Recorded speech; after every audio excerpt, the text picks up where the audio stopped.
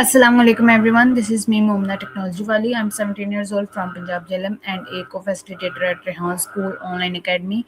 Welcome back to my channel, and today I will take the interview of Maya on the topic understanding the basics of financial independence.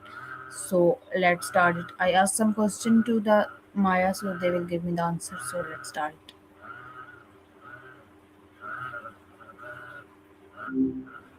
Hey, what's new? Hi Maya, how are you?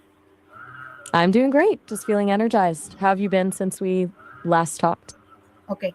So today I will take your interview on the topic understanding the basics of financial independence. Oh, I love this. We're getting practical. I'm all ears. Where do you want to start? Okay, so my first question is, what is financial independent?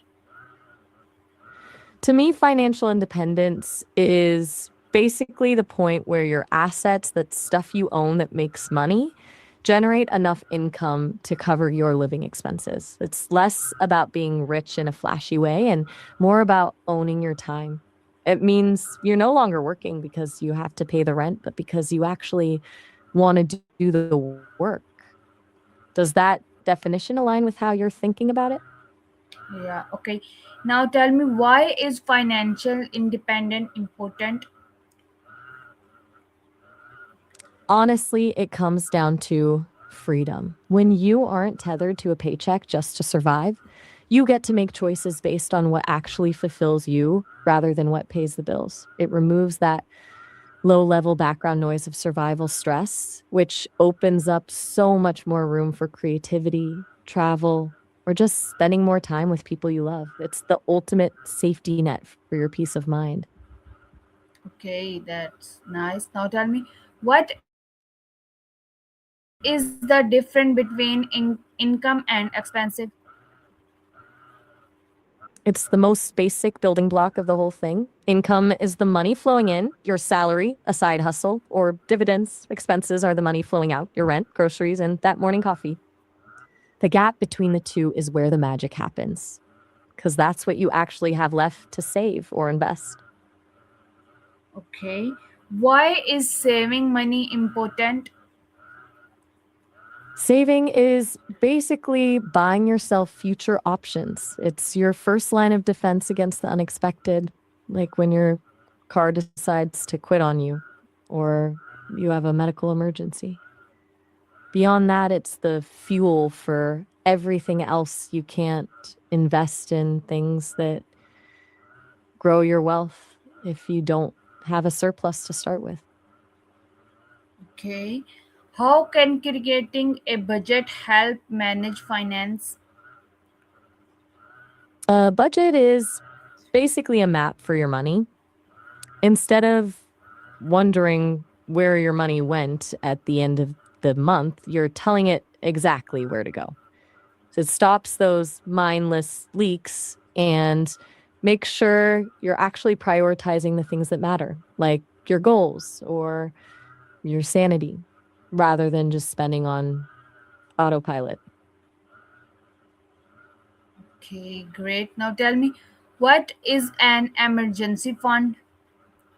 Think of an emergency fund as your financial shock absorber. It's a dedicated stash of cash, usually 3 to 6 months of living expenses, that you keep in a safe, accessible place.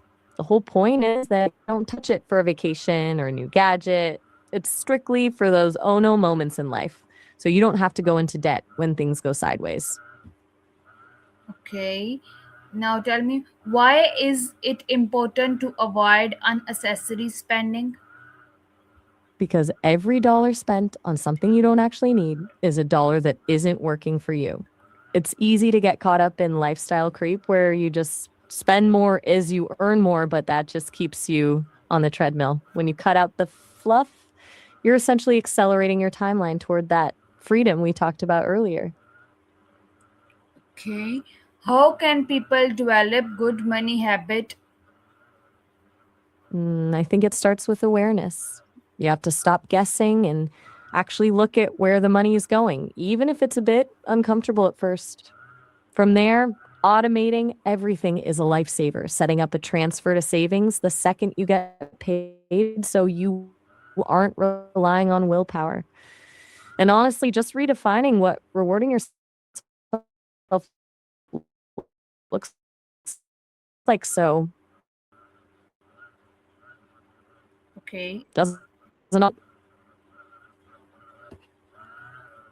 Okay, that's great. Now tell me, what is I'll take that. the importance of setting financial goal?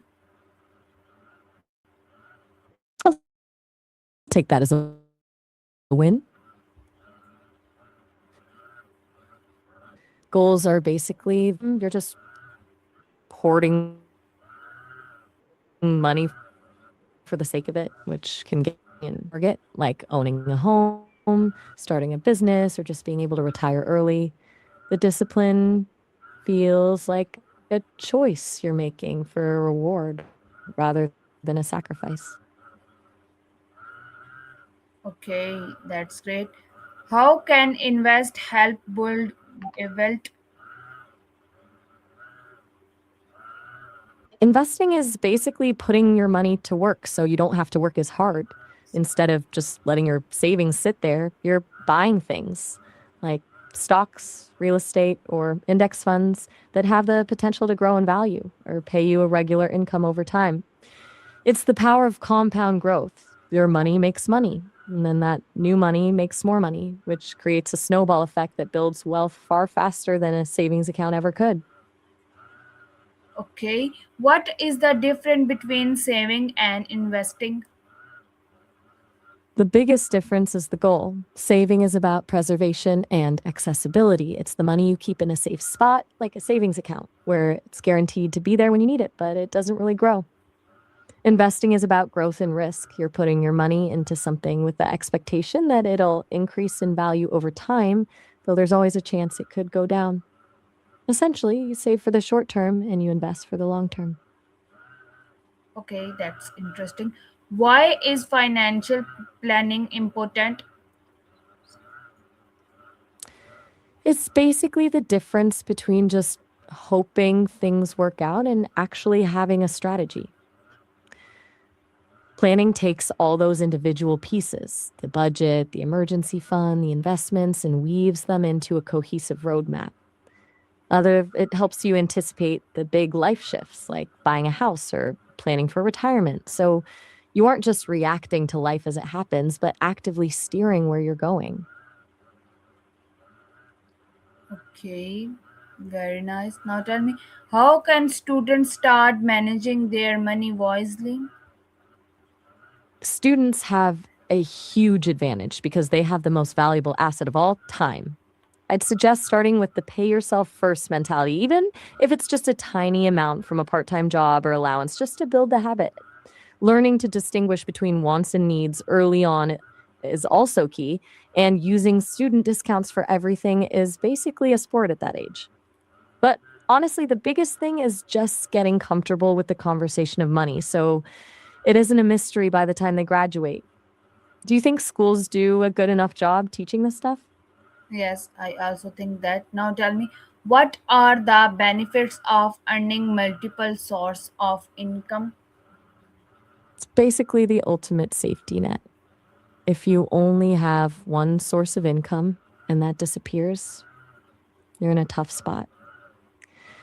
But when you have multiple streams, like a main job, some freelance work, or dividends from investments, you're diversifying your risk.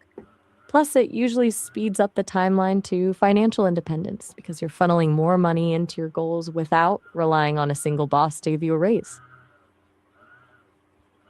Okay, that's great. I'm How glad you're can finding it people useful. reduce debate? Wait, did we just pivot from financial independence to conflict resolution? I'm down for it, but that's quite the jump. Are you asking about how to reduce debates in a general sense, or maybe how to handle them in a workplace or relationship?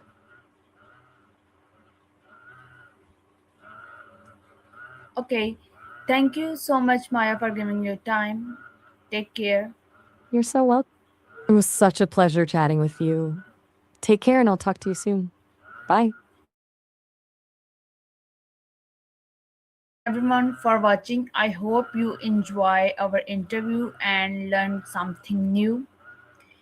We met again soon with another interesting topic. Until then, take care and Allah Hafiz everyone.